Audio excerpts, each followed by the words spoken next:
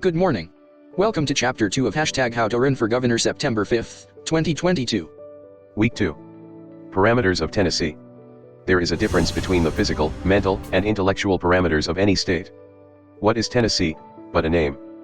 But if we didn't know, we would have to ask a name of what? Speaking English, we can't help but research our personal databases in an attempt to understand what is to us an unfamiliar name. It is not Farmington, a farming town, or Bakersville, perhaps named after someone named Baker, I think we can all agree. But we can't discover and name something or someone that already has been and has won.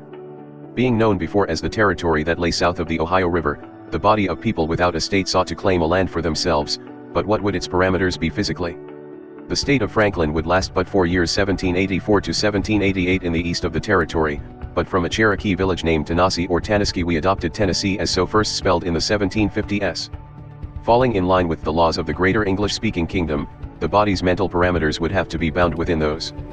The intellectual boundaries of the proposed state which would distinguish it from another fall in line within the physical boundaries and mental parameters of an instrument empowering it to function. That instrument is the Tennessee Constitution in this instance. The Constitution of Tennessee defines the physical parameters of the state where everything within these boundaries, birthed, gigantic or microscopic, is claimed as Tennessean. Between the Appalachian Mountains on the east and the Mississippi River on the west and 36°30 north latitude and the Winchester Line to the south, the boundaries had for the most part been claimed.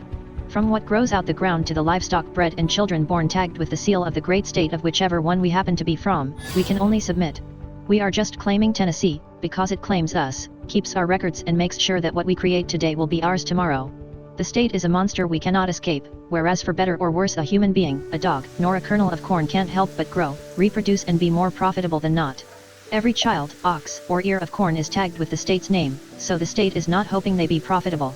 It knows 9 times out of 10 they will be as such, and the governor taxes their sale. But it is a good bargain for the tax dollars collected from our growth. It is the only thing we truly inherit from those who had come before us, as the agreements they made with the state for their benefit allow us to be the legacy our parents, great and great wanted for us. One can report that they hadn't made any money, and as a result they can't contribute to taxes, but everyone has a $1 million plan that should theoretically prove profitable one day. Contained within the boundaries of the state mentally, law is what regulates human behavior and allows those who follow it to rest well at night knowing they are secure in themselves and their possessions. So, unless one is retarded, deaf, dumb, or blind, and that's not even in all cases, exempt from the law of the land, which much more often than not ensures a protocol for success. The governor can look at how many sheep a shepherd has to determine how much in taxes he or she owes, which is similar for land and individuals as well. The ram impregnates all the ewes and heap. The planter sows all the land except for that which is being rotated, and man communicates as best as he or she may to generate income. The shepherd sends all rams a year old to the slaughter except the one who will breed, and the younger ewes add to the magnitude of the herd, so that the next year a shepherd's profits will grow, because the ram has more ewes to impregnate. But that's just theory, and so are the laws of the state implemented for the growth and development of the citizen. If one doesn't want the power associated with economics, we may as well stop while we're ahead, and type the end now. So, we follow the law for our benefits, just as they say we don't pray for God but ourselves. Neither God nor the state need us as individuals to follow as they say we should, but when we do, the governor ensures a peaceful state where citizens may grow and distribute the profit they have amassed as they see fit, and that is what we call liberty.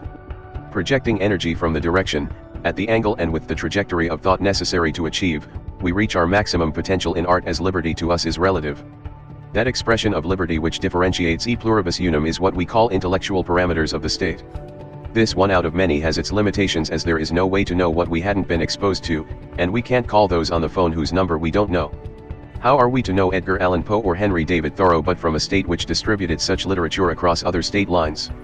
How are we to enjoy a T-bone steak which has never been branded, or a potato from Idaho without it being packaged and labeled? As every book has an author, and every bull a brand, so too are even every English pea grown, labeled and sold to foreign and domestic markets where the governor ensures its fair market value tagged. A poet who only signs his name at the bottom of his or her poems, without a state, they are just fleeting thoughts, but libraries keep such records of human thought and label ours Tennessean. And so, within the boundaries of any state there are 3, being physical, mental, and intellectual. We all know by looking at a map the lay of the land, but the governor is like a sponge which claims everything he or she can see and not see, large and microscopic and living or inanimate, and their sales tax for taxation purposes, of course. The governor upholds the mental parameters of the state as if there weren't a tangible benefit for appropriate behavior. My ethics teacher would always say, the reward of moral behavior is moral behavior. Thus, moral behavior is in itself ethical, so the governor must be as well. The intellectual boundaries prove a Tennessean is one out of many, as is a bottle of Tennessee whiskey or an Idaho potato, a Memphis Tiger or an Austin P. Governor. That concludes this session of #HowToRunForGovernor. Tune in next Monday for Chapter 3 at 9:11 a.m.